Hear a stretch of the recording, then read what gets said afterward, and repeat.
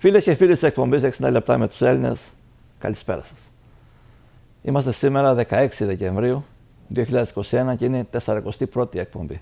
Η εκπομπή δική σας. Γιορτινές μέρες. Χρόνια πολλά λοιπόν στο Σπύρο και στη Σπυριδούλα που γιορτάσανε στις 12 του Δεκέμβρη. Χρόνια πολλά στο Λευτέρη, στην Ελευθερία που γιόρτασαν χθες, 15 Δεκεμβρίου.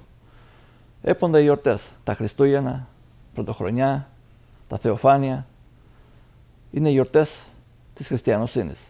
Οι γιορτές όλου του κόσμου. Αγαπητοί μου, τα μήνυματά σας είναι πάρα πολλά. Να σας πω όμως ότι το θέμα της εβδομάδας ήταν η ταλαιπωρία των Ντροπολιτών και Πογονήσων και το εθνικό μας θέμα ήταν η επέτειος στο Αλίκο. Για το οποίο και εμείς θα έχουμε ένα κεντρικό θέμα, το κεντρικό ρεπορτάζ της σημερινής εκπομπής. Εγώ θα ήθελα σήμερα να ξέρω ένα μήνυμα βασικό, το οποίο μου το έστειλε μία φίλη της εκπομπής, η οποία λέει: εν έτη 2021 εμείς στο χώρο το δικό μας συζητάμε ακόμη για ηλεκτρικό ρεύμα και για πόσιμο νερό. Ντροπή δεν είναι? Ακριβώς με αυτό το μήνυμα, μετά το σποτάκι, θα αρχίσουμε τη δική σας ενημέρωση.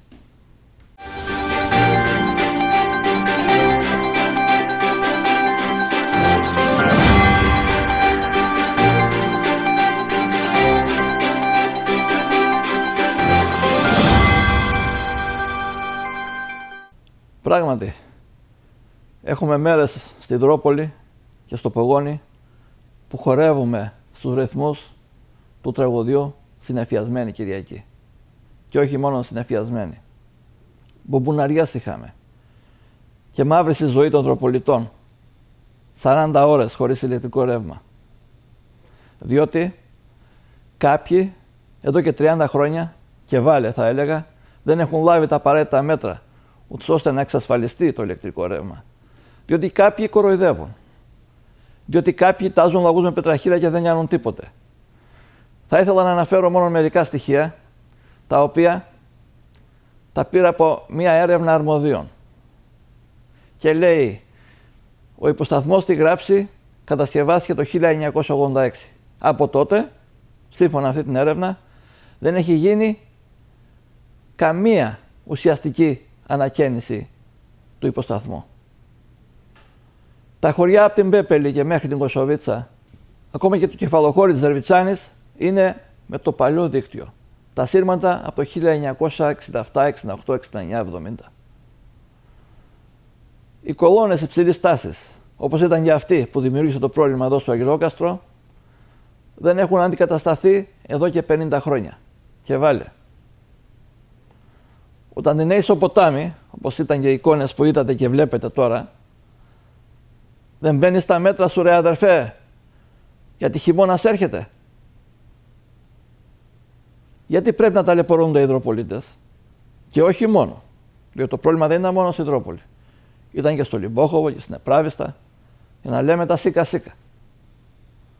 Γιατί να γίνεται αυτό? Βέβαια αυτή η κατάσταση ήταν μια σκέτη μαυρίλα. Εμείς το είπαμε, το λέμε και θα το ξαναλέμε. Υπενθυμίζω επιστολή εστάλει από το Δημοτικό Συμβούλιο του Δήμου Τρόπολης και Πογονίου προς τον Πρωθυπουργό και την αρμόδια Υπουργό της κυβέρνησης Ράμα. Θα δούμε τι θα γίνει και εύχομαι από τώρα και στο εξής να μετράμε τις πράξεις και όχι τα λόγια. Αυτές οι βροχές βέβαια δημιούργησαν πολλά προβλήματα στα χωριά τα δικά μας. Στη Δερβιτσάνη κυρίως είχαμε μια πλημμύρα. Σύμφωνα με εκτίμηση όμως των δημοτικών αρχών, η συστηματοποίηση του λάκου που έχει γίνει έχει φέρει μόνο το 20% του νερού που έχει έρθει τα προηγούμενα χρόνια. Υπήρχε όμως και ένα πρόβλημα μεγάλο, διότι ο λάκκος που έρχεται από το Λαζαράτι έχει στραφεί προς τη Δερβιτσάνη και αυτό είναι λάθος και οι δημοτικές αρχές, από ό,τι ανακοίνωσαν, έχουν λάβει τα απαραίτητα μέτρα ώστε να παρέμβουν πάνω σε αυτό το θέμα. Έγινε βέβαια επιθεώρηση σε όλες τις γέφυρες από τον Δήμαρχο, τον κύριο Τόλη. Πήρε τα χωριά με την Αράδα. Παρέμβηκαν μηχανισμοί, τσάπες, γερανοί. Μάλλον προχθές είχαμε και στο Γιωργουτσάτες, όπου εκεί έγιναν οι τελευταίες επιδιορθώσεις με του δρόμου του χωριού, οι οποίοι χάλασαν από τη βροχή. Από εκεί και πέρα ήταν μια μαύρη εβδομάδα, θα έλεγα, για τη ζωή των δροπολιτών, που καταστράφηκαν τα πάντα. Αυτό όμως που πολύ δύσκολα φτιάχνεται είναι η ψυχολογία των ανθρώπων.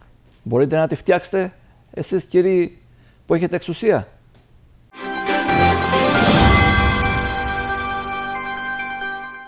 Ανάστατη είναι η κοινωνία εδώ στον χώρο της εθνικής ελληνικής μειονότητας, αλλά και οι Ενελλάδες συμπατριώτες μας, μετά τη χθεσινή ανακοίνωση στην επίσημη ιστοσελίδα του Υπουργείου Υγείας της Ελλάδας. Λοιπόν, από την Κυριακή 19 Δεκεμβρίου, για να μπει στην Ελλάδα, δεν χρειάζεται μόνο η βεβαίωση εμβολίων. Χρειάζεται και ένα μοριακό τεστ που πρέπει να κάνει ο καθένας από εσάς για να πάει στην Ελλάδα. Εκτός κι αν έχετε κάνει ένα και είστε μόνο 48 ώρες εδώ στην πατρίδα μας. Ξέρω ότι αυτό κοστίζει. Είναι πολλά τα χρήματα. Πρέπει να βρεθεί τρόπος ούτως ώστε οι παρήλικες τουλάχιστον και οι οικογένειες χωρίς έσοδα να βοηθηθούν. Ξέρω ότι αυτό θα εμποδίσει πάρα πολύ την είσοδο τη δική σας, να έρθετε για γιορτές, Χριστούγεννα και Πρωτοχρονιά εδώ, στην πατρίδα μας. Ξέρω όμως και κάτι άλλο, ότι παρόμοιες αποφάσεις έχουν ληφθεί στις περισσότερες χώρες της Ευρώπης, λόγω της πανδημίας από τον COVID-19. Εύχομαι να το περάσουμε και αυτό γρήγορα και εύχομαι και κάτι άλλο, οι αρχές, οι τοπικές αρχές, κοινωνικοί φορείς να βρουν τρόπο να βοηθήσουν τον κοσμάκι.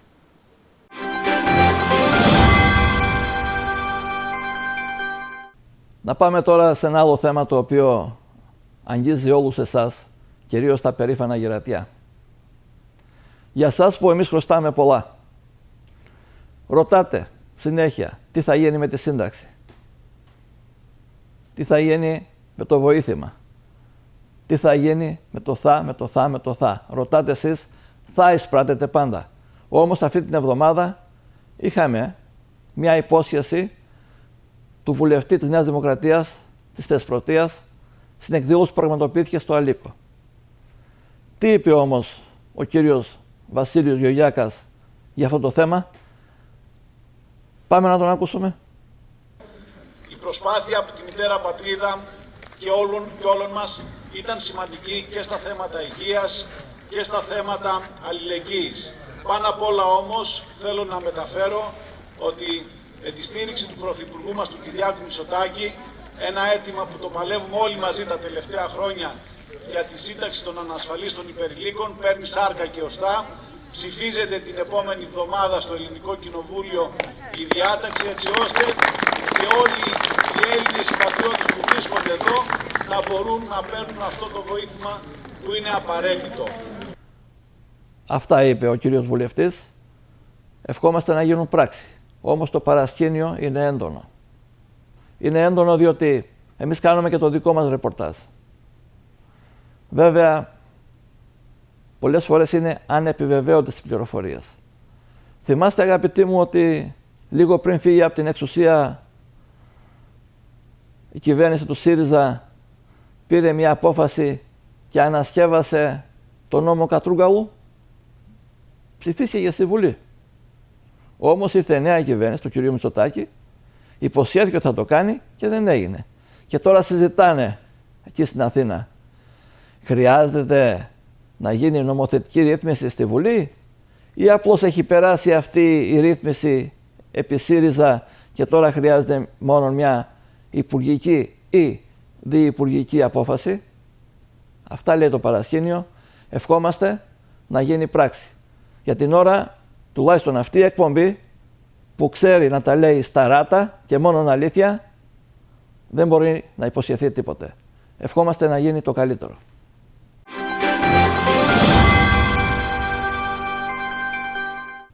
Να φτιάξουμε για λίγο τη διάθεση τη δική μας, διότι έχουμε μια εκδήλωση και όταν αυτή η εκδήλωση έχει σχέση με τα παιδάκια, βεβαίως φτιάχνει η διάθεση του καθενός. Θυμάστε, αγαπητοί μου, ότι Στα τέλη του Σεπτέμβρη υπήρχε μια εκδήλωση υπό την αιγίδα της Πρεσβείας Ελλάδος στα Τύρανα και του Γενικού Προξενείου της Ελλάδας στο Αργυρόκαστρο με τα σχολεία της Ρόπολης, Δερβιτσάνης και Βουλερατιού. Ήταν αυτή η εκδήλωση. Περπατάω και ζωγραφίζω στη γενέτειρα. Ήταν βέβαια μια ιδέα του ζωγράφου από την Πέπελη, του Στέφανου του Τάτσι, ο οποίος διαμένει στα Τύρανα, για να γίνει αυτή η εκδήλωση. Την προηγούμενη Παρασκευή όμως έγινε η απονομή βραβείων. Εκεί στη Δερβιτσάνη. Μια σεμνή εκδήλωση με τη συμμετοχή του κύριου Κωνσταντίνου Καραμουσαλή, εκπρόσωπος της Πρεσβείας Ελλάδος στα Τύρανα, του Γενικού Προξένου της Ελλάδας στο Αργυρόκαστρο του κύριου Δημήτριου Σαχαρίδη, του Δημάρχου Τρόπολης κύριου Δημήτρη Τόλη και βέβαια οι μαθητές και οι διευθύντριες των σχολείων Βουλερατιού και Δερβιτσάνης. Πάμε να πάρουμε μια γεύση από την εκδήλωση.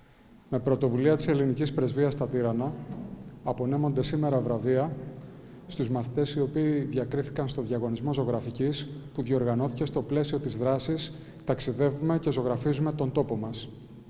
Η δράση αυτή αποτυπώνει τοπία, χωριά και τοποθεσίες στην Άνω Δρόπολη, τα οποία έχει απεικονίσει ο γνωστός δροπολίτης ζωγράφος Στέφανος Τάτσης.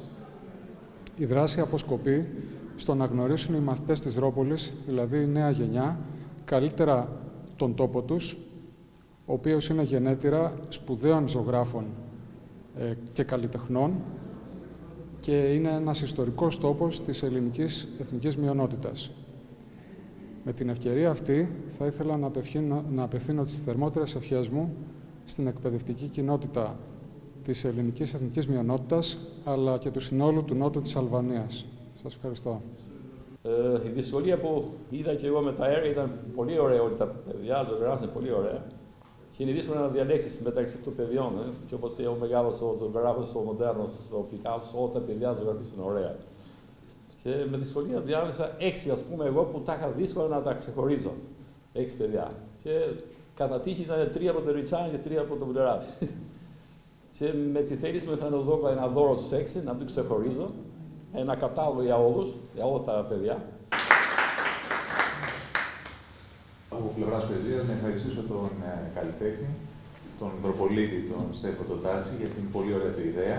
Ήταν μια πολύ ωραία πρωτοβουλία με την οποία οι μαθητές μέσω της ζωγραφικής γνωρίζουν και καλύτερα τον τόπο τους. Μέσα από την οπτική του ζωγράφου προσπαθούν να δουν και να νιώσουν τι αισθανόταν τότε, μια άλλη εποχή, πολύ πιο δύσκολη από τώρα. Τα βιώματα του ζωγράφου πέρασαν μέσα στα έργα του και γενικότερα αυτό που έχουμε πει και στα 2 σχολεία είναι ότι με τέτοιες δράσεις, μικρές αλλά πολύ σημαντικές, τα παιδιά γνωρίζουν καλύτερα τον τόπο τους και έρχονται πολύ πιο κοντά στα έθιμα, στις παραδόσεις και στις καταβολές τους. Θα ήθελα να ευχαριστήσω τον ζωγράφο, τον Στέφανο τον Τάτσι, την Ελληνική Πρεσβεία στα Τύρανα, το Γενικό Πρόξενο της Ελλάδος στο Αργυρόκαστρο, για αυτή τη δράση που έγινε και με αυτά που συζητήσαμε πριν λίγο με τον ζωγράφο θα πρότεινα η επόμενη δράση να γίνει στην Πέπελη, το οποίο μου είπε είναι και το χωριό το δικό του, γιατί έχει πολύ ωραία τοπία. Θα ήθελα να ευχαριστήσω την Πρεσβεία που στήριξε αυτή την προσπάθεια του καλού μας ζωγράφου και του προξενείου Αργυροκάστρου. Είναι πολυδιάστατα ευεργετική αυτή η προσπάθεια, γιατί σχετίζεται και με την πατριδογνωσία και πολύ καλά κάνατε, κύριε Στέφανε, που συνδέσατε δηλαδή με τον τόπο μας τη ζωγραφική, αλλά ταυτόχρονα να εξελιχθούν και τα παιδιά μας σε ένα άλλο επίπεδο, να αναπτύξουν το ταλέντο τους, πέρα από τις δυσκολίες που αντιμετωπίζουμε εδώ, να βρουν και αυτά τον δρόμο της ζωής τους και να είναι και χρήσιμα για τον τόπο μας. Έχει έξι ονόματα.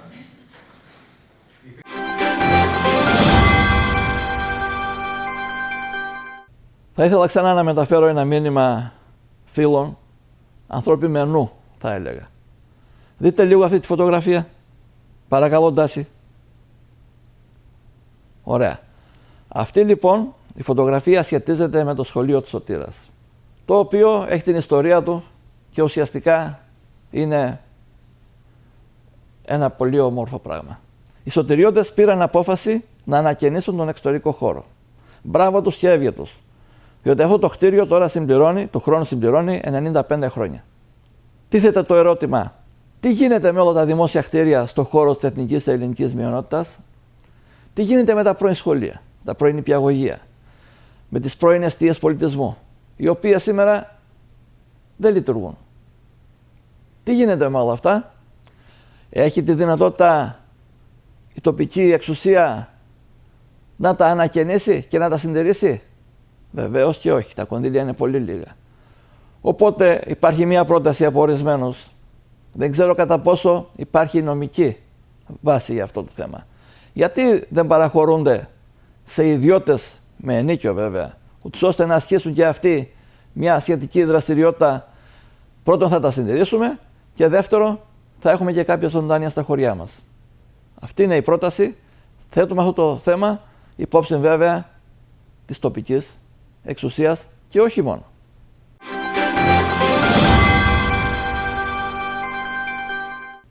Τώρα να πάω σε ένα άλλο θέμα που σχετίζεται με τις προσφορές. Διότι το να προσφέρεις και να κάνεις αγαθεωρίες σε αυτόν τον τόπο είναι κάτι ιερό. Λοιπόν, με πρωτοβουλία της Πρεσβείας Ελλάδος στα Τύρανα και του Γενικού Προξενείου της Ελλάδας στο Αγιρόκαστρο, η εταιρεία Αμίτα παραχώρησε 5 φορητούς υπολογιστές και 5 προβολείς στη Διεύθυνση Παιδείας Φοίνικης και Δρόπολης. Μια απλή τελετή με τη συμμετοχή του Γενικού Προξένου κ. Σαχαρίδη, της κυρίας Μπερούκα και του Διευθυντή Παιδείας για τους 2 δήμους μας, τον κ. Ζησολούτσι, έγινε αυτή η τελετή παράδοσης αυτής της βοήθειας. Και όχι μόνο. Διότι έχουμε και στο Λόγκο, υπάρχει μια υπόσχεση του Δημάρχου, ο οποίος έχει υποσχεθεί ότι θέλει να μετατρέψει το πρώην σχολείο του Λόγκου σε ένα κέντρο υγείας. Κέντρο υγείας το οποίο να εξυπηρετεί όλα τα χωριά της περιοχής εκεί. Έχει αρχίσει ο ίδιος ο Δήμαρχος, με δική του πρωτοβουλία θα έλεγα, τον εξοπλισμό. Εξασφάλισε κάποια κρεβάτια νοσοκομιακά με τη βοήθεια και από το Δήμο Πογονίου και του κύριου του Τζόγλου, τον οποίο και τον εξέφρασε τις ευχαριστίες του ο Δήμαρχος δημοσίως μέσω της επίσημης σελίδας του Δήμου. Εύχομαι ούτως ώστε να ολοκληρωθεί και είναι μια καλή και σωστή κίνηση το να εξυπηρετεί τους πολίτες. Δεν υπάρχει τίποτε πιο ιδανικό.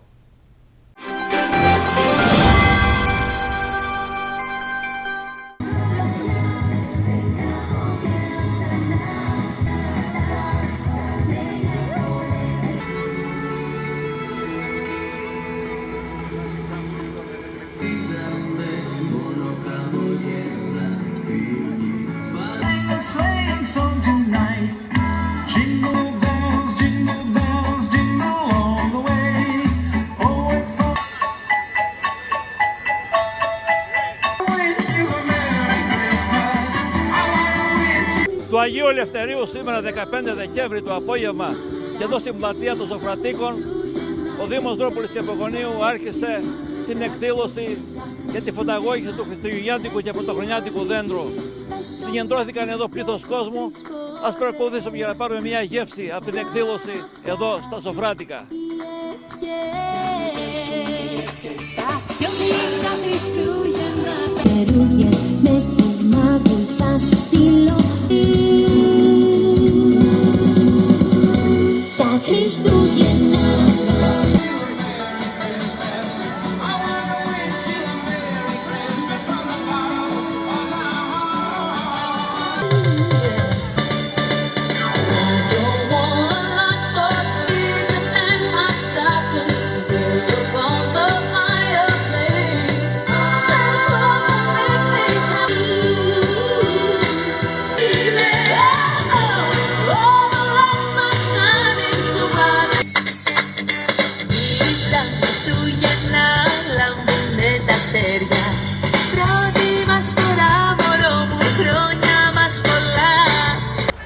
Καλησπέρα σε όλους.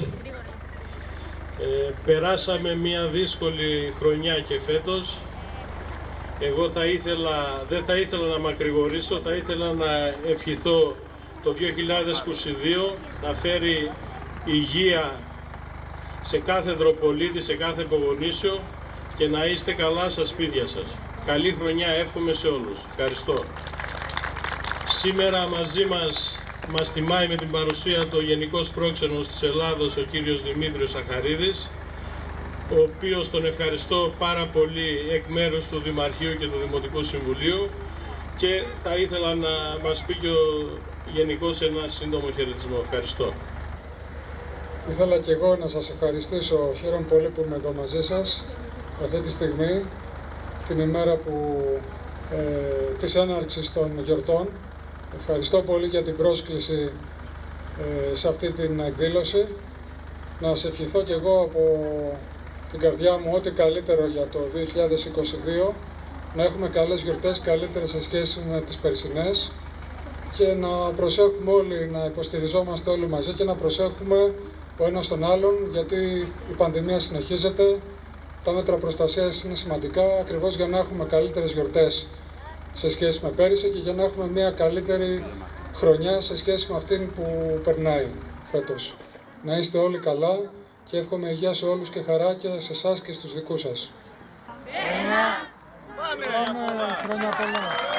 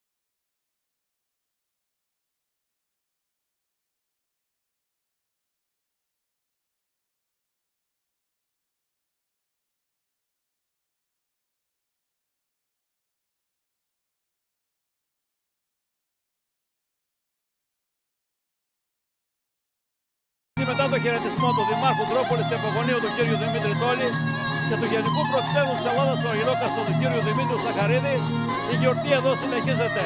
Μετά, αφού άνοιξε και το χριστουγεννιάτικο δέντρο, τα παιδιά και όλοι οι παρευρισκόμενοι συνέχισαν έναν παραδοσιακό δροπολίτικο χορό.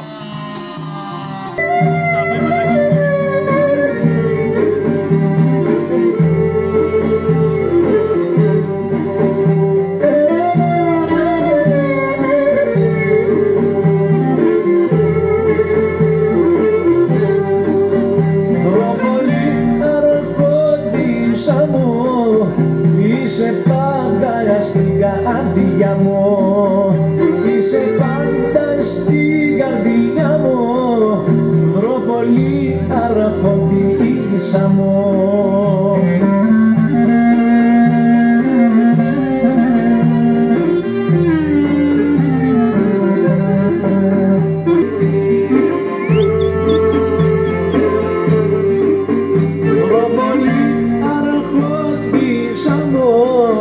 Είσαι πάντα στην καρδιά μου, είσαι πάντα στην καρδιά μου, Δρόπολη αρχοντίσα μου.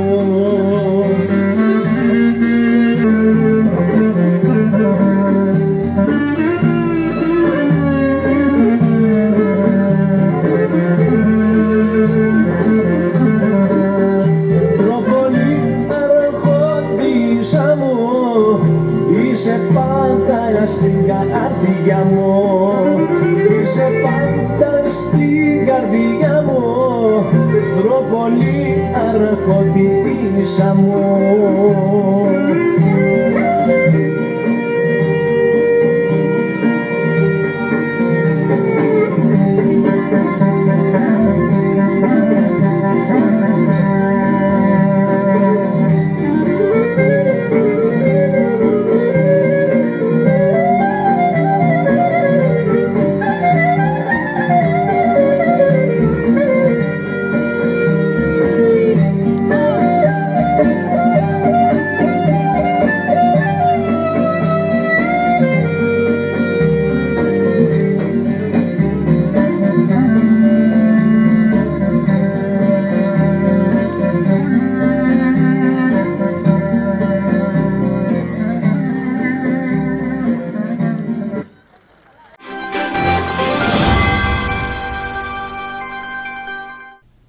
ήταν η ενημέρωση για σήμερα.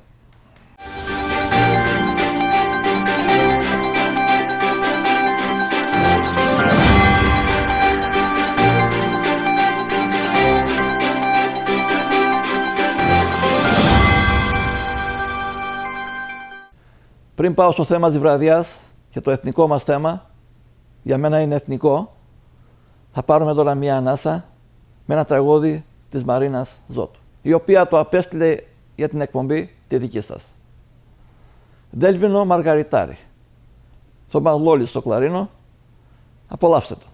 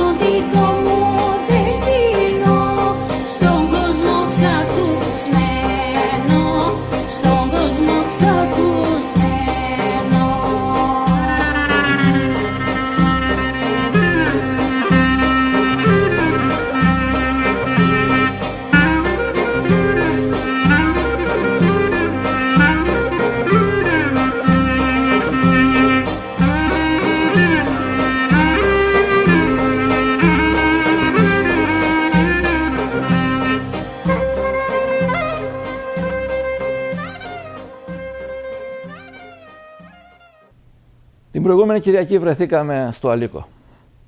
Να τιμήσουμε και εμείς ως εκπομπή τα 4 αδικοσκοτωμένα παλικάρια. Το Θήμιο Μάσο, τον Αηδόνη Ράφτη, το Θανάση Κότσι και το Βαγγέλη Μήτρο. Πήγαμε εκεί να τιμήσουμε αυτά τα παλικάρια, διότι 31 χρόνια πριν έψαξαν το δρόμο της ελευθερίας. Τα σκότωσαν στα σύνορα. Αυτή η δολοφονία προκάλεσε την οργή των κατοίκων. Και στις 12 του Δεκέμβρη του 1990 ξεχύθηκε ο κόσμος στους δρόμους. Ως αντίδραση βέβαια για αυτά τα παλικάρια. Το 1993 με προεδρικό διάταγμα οι 4 λεβέντες ανακηρύχθηκαν μάρτυρες της δημοκρατίας. Και από τότε κάθε 12 του Δεκέμβρη στο Αλίκο πραγματοποιείται μία εκδήλωση. Την προηγούμενη Κυριακή, στην 31η επέτειο, εμείς βρεθήκαμε. Και εκδηλώσεις αρχίσανε από το κημητήριο του χωριού και στον Ιερό Ναό της Αγίας Βαρβάρας. Εκεί η διαχειρίστρια της περιοχής Αλίκου, η κυρία Ελένη Παπά, διοργάνωσε τα πάντα και είχε και μια σεμνή τελετή. Εμείς πήγαμε εκεί. Μετά όμως πήγαμε στο κέντρο του χωριού, στη γνωστή πλατεία Κύπρου. Πλήθος κόσμου, εκπρόσωποι των οικογενειών, των πεσόντων και βέβαια και άλλοι εκπρόσωποι τη Βουλή της Αλβανίας, όπως ήταν η κυρία Ανήλια Ντέναη, του Σοσιαλιστικού Κόμματος, ο κύριος Νίκος Κούρης, βουλευτής του ΜΕΓΑ με το συνδυασμό του ΣΥΓΜΑ. Ήταν εκπρόσωποι κομμάτων. Ήταν ο αντιπρόεδρος της Ομόνοιας, ο κύριος Φρέντης Διονύσης Μπελέρης. Ήταν βέβαια ο Γενικός Πρόξενος Ελλάδας στο Αργυρόκαστρο, ο κύριος Δημήτριος Σαχαρίδης.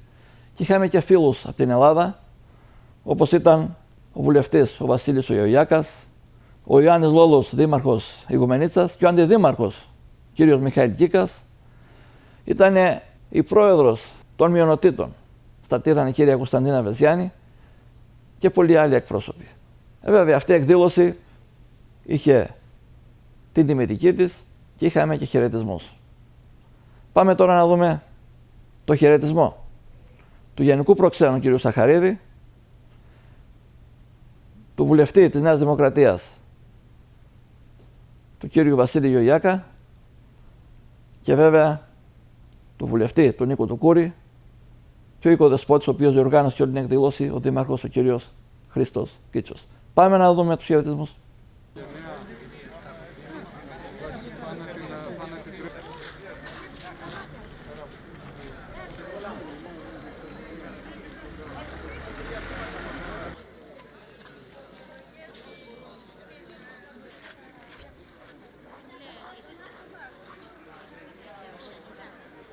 Που είτε κατάφεραν να περάσουν τα ελληνοαλβανικά σύνορα, είτε σκοτώθηκαν πάνω σε αυτά, παραμένει ένα ξεχωριστό κεφάλαιο στη σύγχρονη ιστορία της εθνικής ελληνικής μειονότητας, αλλά και της Αλβανίας, που μας εψυχώνει και μας δίνει δύναμη. Οι πράξεις των παιδιών και ο ηρωισμός τους θα συμβολίζουν για πάντα στην εποχή που ζούμε σήμερα. Οι νέες καταστάσεις, προκλήσεις και κίνδυνοι έχουν άλλη μορφή. Θα σκύψουμε για λίγο στη θυσία των παιδιών αυτών, να προβληματιστούμε και να κλείσουμε ρεθίσματα που θα μας αποβούν χρήσιμα για τη ζωή μας, κυρίως και για τον τόπο αυτόν. Η σημερινή επέτειος, μία επέτειος για τη δημοκρατία, μας καλεί όλους μας να αντιμετωπίσουμε τις νέες καταστάσεις με πνεύμα ενότητας, ομοψυχίας και αλληλεγγύης, διότι για αυτές τις αξίες θυσίασαν τα νιάτα τους οι 4 νέοι που σήμερα τιμούμε. Αγαπημένα μας αδέλφια, κάθε φορά που βρίσκομαι ανάμεσά σας, νιώθω ιδιαίτερη συγκίνηση, χαρά και νιώθω να μου δίνετε δύναμη να παλεύουμε για όλα τα προβλήματα της Βορείου Υπήρου, της πατρίδας μας. Να είστε όλοι δυνατοί, να έχετε το πάθος, την αγάπη για την μητέρα πατρίδα, κάτι που με κάνει και εμένα ειλικρινά να παίρνω σημαντικές δυνάμεις και να παλεύω για τα δίκαια αιτήματά σας. Θέλω να πιστεύω ότι παρόλο που το τελευταίο χρονικό διάστημα με το κύμα της πανδημίας αντιμετωπίσαμε όλοι τεράστια προβλήματα, η προσπάθεια από τη μητέρα πατρίδα και όλων μας ήταν σημαντική και στα θέματα υγείας και στα θέματα αλληλεγγύης. Πάνω απ' όλα όμως θέλω να μεταφέρω ότι με τη στήριξη του Πρωθυπουργού μας του Κυριάκου Μητσοτάκη ένα αίτημα που το παλεύουμε όλοι μαζί τα τελευταία χρόνια για τη σύνταξη των ανασφαλίστων υπερηλίκων, παίρνει σάρκα και οστά.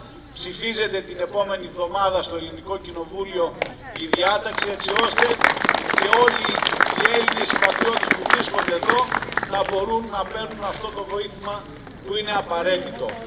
Η δύναμη λοιπόν που αντλούμε όλοι μας από αυτούς τους νέους ανθρώπους που έδωσαν την ψυχή τους για την ενότητα, την ευημερία, όπως είπε και ο κύριος Πρόξενος, θα πρέπει να μας οδηγούν πάντα στην ομοψυχία, στην ενότητα και στην αγάπη. Να είστε καλά και του χρόνου να είμαστε εδώ πάλι ενωμένοι, δυνατοί, έτσι ώστε να παλεύουμε για αυτά τα πάτρια εδάφη. Ευχαριστώ πολύ. Είναι η πολλωστή φορά που ανεβαίνω σε αυτό το βήμα. Εδώ μπροστά σε αυτούς τους 4 ήρωες του τόπου μας που έκαναν το ξεκίνημα για τη δημοκρατία στην Αλβανία. Έχισαν το αίμα τους απάνω στο άνθος της ηλικίας για να δείξουν σε αυτόν τον τόπο που ζούμε το πνεύμα της δημοκρατίας. Τη δημοκρατία η οποία γεννήθηκε στην Ελλάδα μας. Δεν ήταν εύκολο πράγμα εκείνες τις συνθήκες το Δεκέμβριο του 1990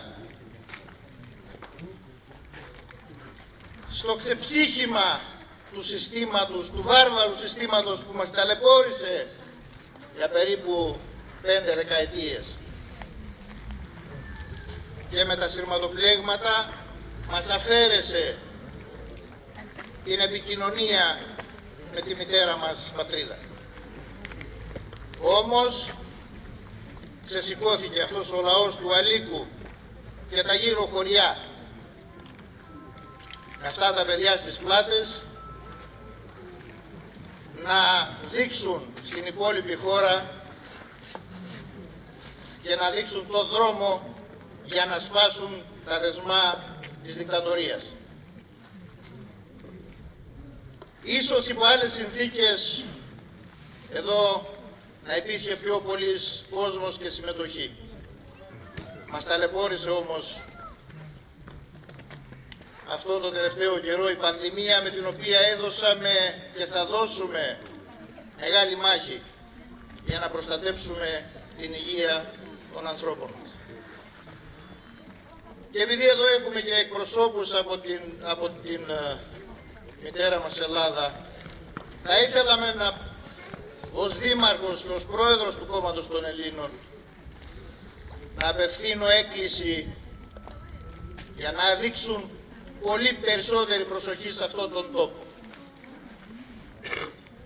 Ζούμε στην πιο κρίσιμη στιγμή της ιστορίας μας. Δεν έχουμε περιθώρια να κάνουμε λάθη. Θα πρέπει να είμαστε όλοι μαζί για ένα σκοπό. Και ο σκοπός μας είναι ο τόπος μας, η πατρίδα μας, και να κρατήσουμε ζωντανή την ιστορία του τόπου μας όπως μας έχουν διδάξει οι προγόνοι μας. Και γι' αυτό το λόγο χύσαν το αίμα αυτά τα 4 παλικάρια του Βούρου. Δεν θέλουμε απλά λόγια. Θέλουμε συγκεκριμένες πράξεις. Να ενισχύσουμε εδώ τον τόπο μας. Να ενισχύσουμε αυτούς τους ανθρώπους που ζουν και βιώνουν σε αυτές τις δύσκολες συνθήκες. Που το 2021 και πάμε για 2022 να μην έχουμε ρεύμα, να μην έχουμε υποδομές, να μην έχουμε συνθήκες για να μπορέσουμε να επιβιώσουμε στον τόπο μας. Και γι' αυτό θα πρέπει να αγωνιστούμε και να πολεμήσουμε όλοι μαζί, χωρίς να κατηγορήσουμε κανέναν, με πνεύμα ομοψυχίας και ομόνοιας. Είμαστε όλοι μίας καταγωγής και θα πρέπει να αγωνιστούμε και να παλέψουμε μόνο γι' αυτό. θα πρέπει να μας καθοδηγεί μόνο το πνεύμα αγώνα για τη πατρίδα μας.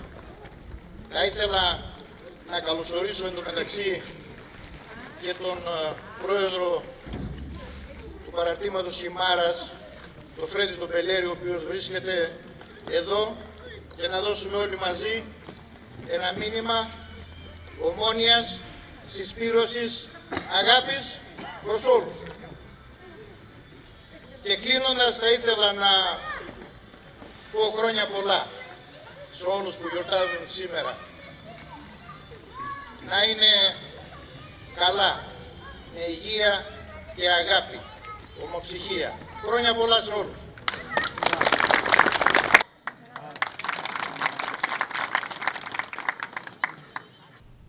Αυτά λοιπόν είπαν οι εκπρόσωποι του έθνους και των εξουσιών εδώ στο χώρο το δικό μας.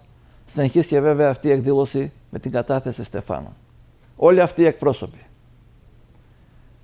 η βουλευτής του Σοσιαλιστικού Κόμματος, η κυρία Ντέναη, ο βουλευτής ο κύριος Κούρης, ο Γενικός Πρόξενος Ελλάδος ο κύριος Σαχαρίδης,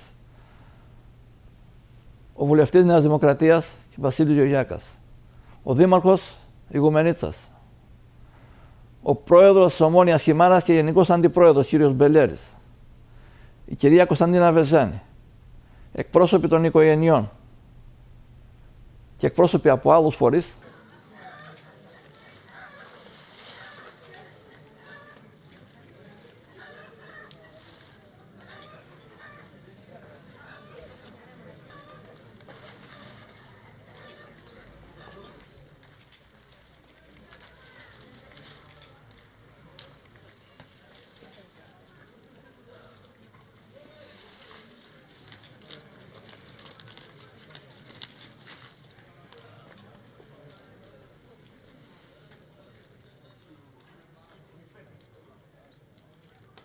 κατάθεσαν στεφάνια.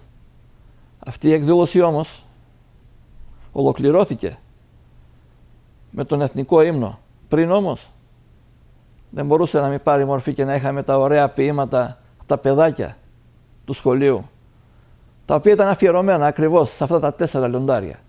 Πάμε να πάρουμε μια γεύση από το καλλιτεχνικό πρόγραμμα. Ελάτε εδώ χέρι-χέρι στη δικιά σας την πλατεία, να στήσετε ένα χορό λεβέντες της δημοκρατίας, να σύρετε τρενό χορό, θύμιο λόλι στην αρχή, να βροντίσει το αλίκο που να τρέμει και η γης, να σας καμαρώσει το αλίκο και ο βούρκος πέρα ως πέρα, να σας ρίξω με λουλούδια παλικάρια μας της Αθέρας, να σηκώσετε και τον τολί με το ποτήρι της λευτεριάς, αετίεσης του αλίκου, αστέρια μας της λεβεδιάς. Αστραπή εκείνη τη νύχτα, πανικός της σκοτεινιάς. Ριχτήκατε σαν λιοντάρια πάνω στο φράχτη της σκλαβιάς. Καμαρώνατε σαν αγγέλη, ανοιχτά σας τα φτερά. Άγρυπνοι σαν αετή, αθανατή μας λεβεδιά.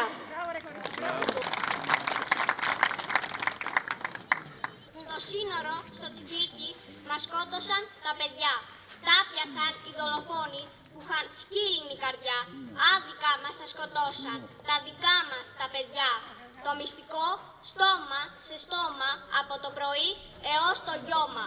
Δεν το έλεγε κανείς, να μη μάθουν οι γονείς. Στα συνήθεια που είχε ο τόπος, καμπάνα χτυπάει η πετερά. Δεν πάβουν τα μυρολόγια, χήμαροι δάκρυα να κυλάν. Στους γονείς πάει η είδηση, τους έσταξε την καρδιά. Μυρολογούσαν τα παιδιά τους, βοήθεια, Χριστέ και Παραγιά. Τι κρίμα για τις μανάδες, δεν κόβουν τα μυριολόγια. Τους έσφαξε, βαθιά ο πόνος δεν στηριζόταν στα πόδια. Τα παιδιά από το χωριό μας και τα γύρω τα χωριά μας πήραν τα φέρετρα στην πλάτη και είπαν όλοι κοντά μας. Πριν πάνε στο νεκροταφείο, γύρισαν για το μετόχι. Και όλοι πήγανε κοντά τους και κανείς δεν είπε όχι. Ψηλά στην πιάστα στην κορυφή, στο κλώσμα στη γωνία. Εκεί μας επερίμεναν στρατός και αστυνομία. Εμείς με πετροπόλεμο, αυτοί οι αρματωμένοι, κανείς δεν υπολόγισε για το αλίκο τι θα γίνει. Όλοι οι συνθήματα κατά τραβούσαν προς τα πάνω. Εκεί ένα σκυλόφερο κατάφερμα μας πλήγωσε το μάνο. Ο χαμός σας, παλικάρια μας, φέρνει μεγάλους πόνους. Δεν το είχαμε το αίμα σας να χυνόταν στους δρόμους. Ήσασταν τα μάρια του χωριού, για εσάς έχουμε πόνο. Μνημόσιμο θα σας κάνουμε, λαμπερά και κάθε χρόνο. Εδώ στα έμπα του χωριού έχουμε τα γάλματά σας. Με πρόσωπο προς το χωριό, στα σπίτια τα δικά σας. Μυρίζει ο τόπος λεβεντιά, παλικαριά παντού μυρίζει. Όποιος περνάει δίπλα σας, σας βλέπει και δακρύζει. Αυτό λοιπόν ήταν το ρεπορτάζ της ημέρας, αφιερωμένο στα 4 λιοντάρια. Τώρα θα πάμε λίγο με το κλαρίνο του Γιώργου Τουντέρου. Έχει πολλές υποχρεώσεις αυτή η εκπομπή απέναντι σε αυτό το παιδί και κυρίως τη μνήμη του πατέρα του, του αθάνατου του Σταύρου Τουντέρου. Πάρω μια γεύση και υπόσχομαι στον Γιώργο πως σύντομα, πιστεύω πέραν την Άνοιξη, θα έχουμε ένα αφιέρωμα. Ένα αφιέρωμα από τη φύση των χωριών μας. Και ελπίζω να το κάνουμε εκεί, στο Γιωργουτσάτι. Διασκεδάστε λοιπόν με το κλαρίνο του Γιώργου Τουντέρου.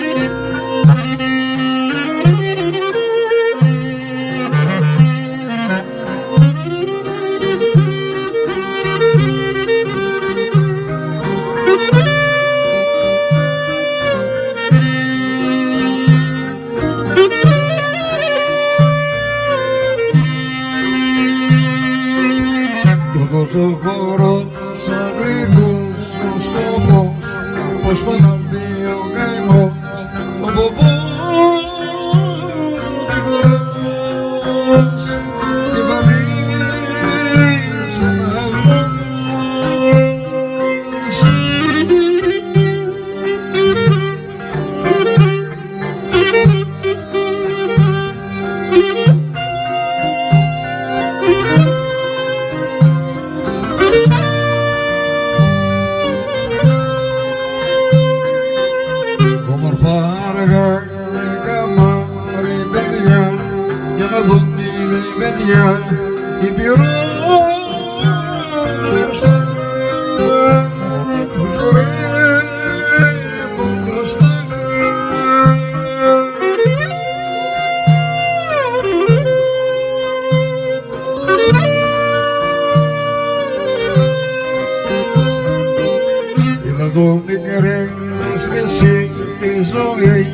Πως λέγανε οι παλιοί με κλαρί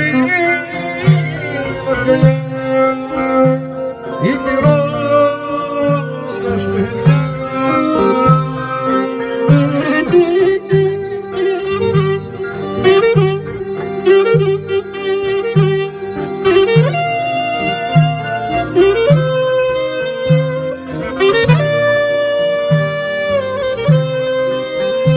Μες στις πικροδάφνες στον άμμο γύρω από γυμνίδο.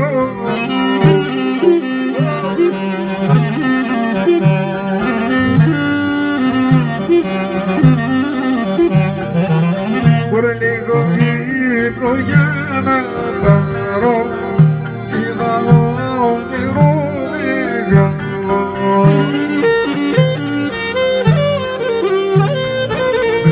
μεγάλο.